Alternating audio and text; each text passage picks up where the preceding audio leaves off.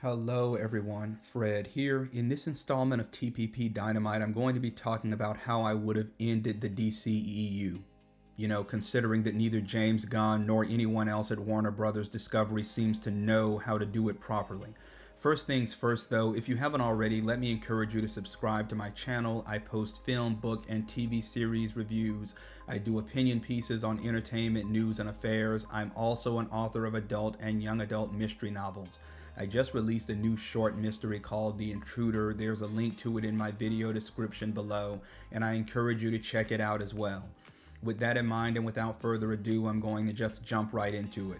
So I was inspired to make this video in response to some statements by James Gunn regarding the future of his own DCU, which of course is supposed to reboot the DCEU and operate as a totally new cinematic universe based on DC Comics properties.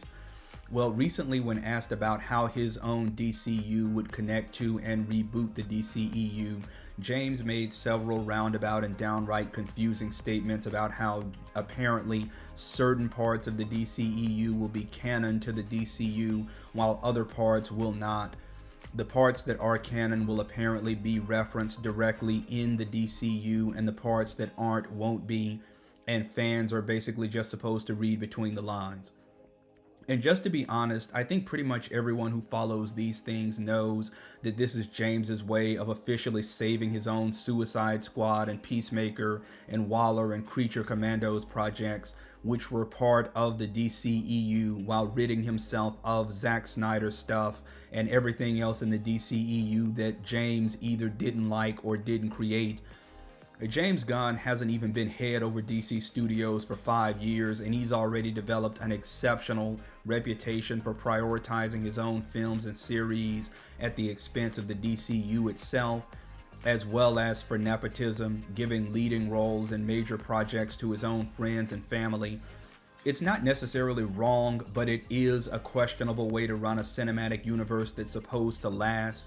And in this case, if James sticks to his guns, pun absolutely intended, I think it's going to confuse quite a few fans and give the people he's trying to attract yet one more reason to not come out and watch projects in a fledgling cinematic universe of which many people are already highly skeptical.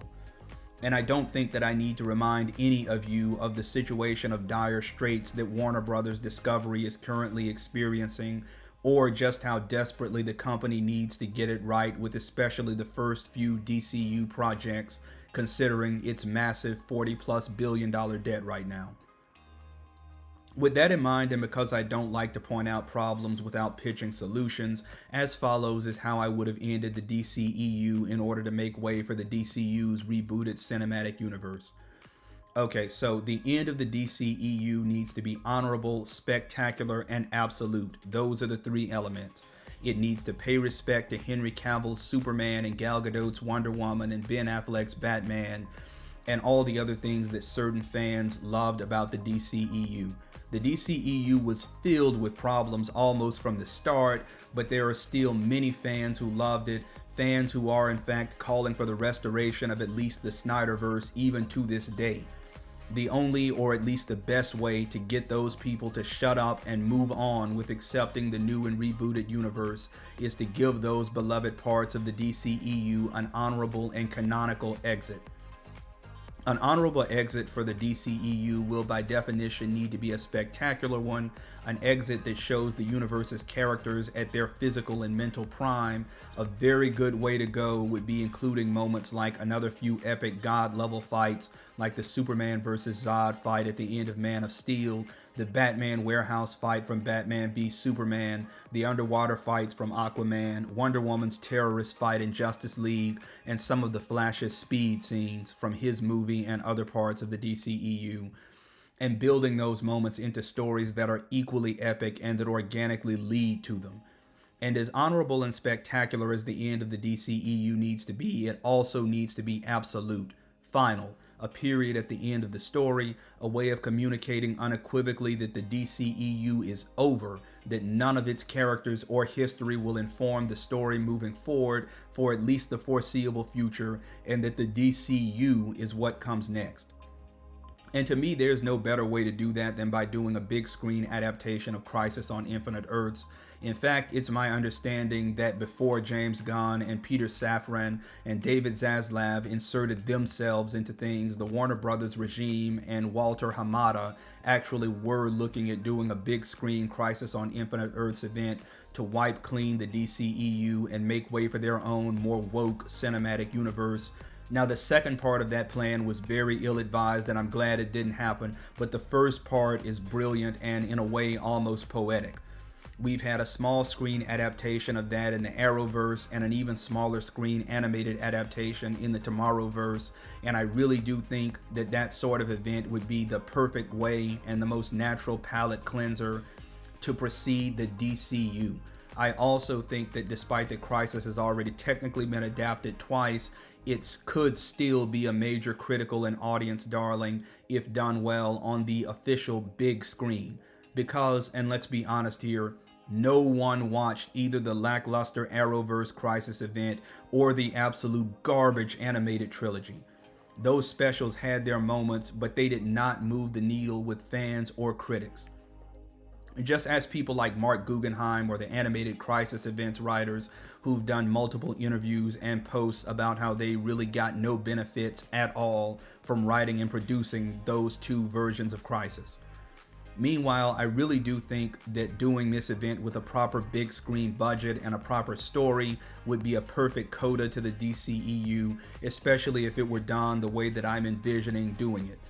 I'm thinking I'd use the DCEU Superman, Batman, Wonder Woman, Flash, Aquaman, and Cyborg as the main anchors of the event because we are talking about the end of the DCEU and because the main objective should be to send the DCEU out on a high note. But I would also include major roles for legacy and beloved characters from as many other DC Comics brand live action movies and TV series and streaming series as I could. Off the top of my head, I'm thinking about Christian Bale's Batman, and Tyler Hoechlin's Superman, and Brett Bassinger's Stargirl, and Stephen Amell's Green Arrow, and Grant Gustin's Flash, and Tom Welling's Superman, and the Titans and Doom Patrol from those streaming series, and Michael Keaton's Batman, possibly even in a Batman Beyond-like setting with a live-action Terry McGinnis who gets introduced, and you get the idea. And my reason for doing that would be twofold. First, I definitely want to communicate the scale and the event by bringing in all those other beloved characters and capitalizing on the nostalgia and fan love to drum up more audience investment and drive more people to pay for tickets to see my movies, much like what happened with Spider-Man No Way Home or Deadpool and Wolverine. Second, though, I'd want to communicate to all audiences that as much as this is the end of the DCEU, it's also the end of at least all the other preceding live-action film and TV and streaming universes based on DC Comics brands. Basically destroying all those other universes with the DCEU to make way for the DCU's incoming singular timeline, and down the road that would make it easier for me to make live-action DCU TV and streaming series and films set in the DCU, or even to set up a new suite of multiverse and Elseworlds content tied to the DCU specifically, without raising questions and comments from future viewers about the continuity of any projects preceding the DCU. As for the story structure, I'd keep it pretty simple and do Crisis as a 3-act event told over 3 movies that would be released over 3 years. The first film would feature the DCEU Justice League and maybe some legacy heroes from a few other beloved DC Comics-based movies and TV projects of the past as they team up to stop a seemingly unstoppable threat to multiple universes.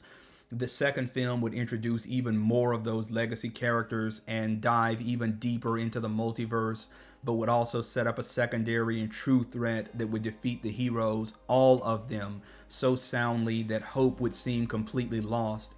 The third film would feature the DCEU's Justice League, as it united with literally as many of those legacy characters as I could stuff into the film to mount a last-ditch final battle against the secondary and true threat. The third movie would naturally culminate in the destruction of the DCEU and its related multiverse, which to me would include every other DC Comics live-action film, TV, and streaming project preceding the DCU. And the movie would end with the dawn of the DCU and its own new multiverse, which to me would include every Elseworlds DC Comics live action film, TV, and streaming project that would run at the same time as stories in the proper DCU. Anyway, that's just my opinion. It's roughly formed. It's not perfect. I admit that there are holes in it, but I think it's definitely a good one and probably a better plan than James Gunn's current confusing strategy of not even announcing an end to the DCEU, keeping his own stuff, doing a total reboot on parts of the DCEU, and expecting people to somehow not be confused. At any rate, you know the drill. Sound off in the comments below to let me know what you think. Do you disagree with me? Do you agree with me? Are your feelings more complex? Meanwhile, if you liked this video and made it this far, don't forget to leave a like, click subscribe, ring that bell, and hey, follow me on social media as well. So long.